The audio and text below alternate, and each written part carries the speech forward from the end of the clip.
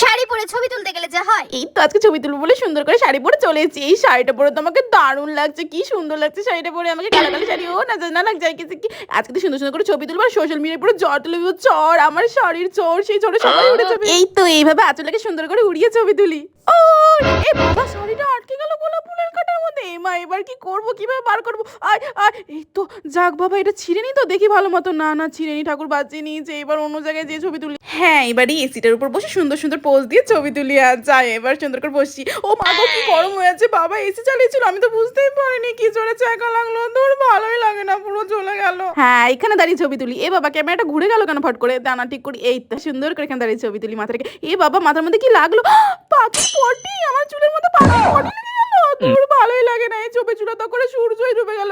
কিভাবে ছবি তুলবো? এত সেজে গুজে আসাই বিদা হলো, এত ভারী ভারী কানের দুল পরে এতক্ষণ ধরে রাখলাম আর একটাও ছবি হলো না। তোর ভালোই লাগে না, আমি এবার চলেই যাই।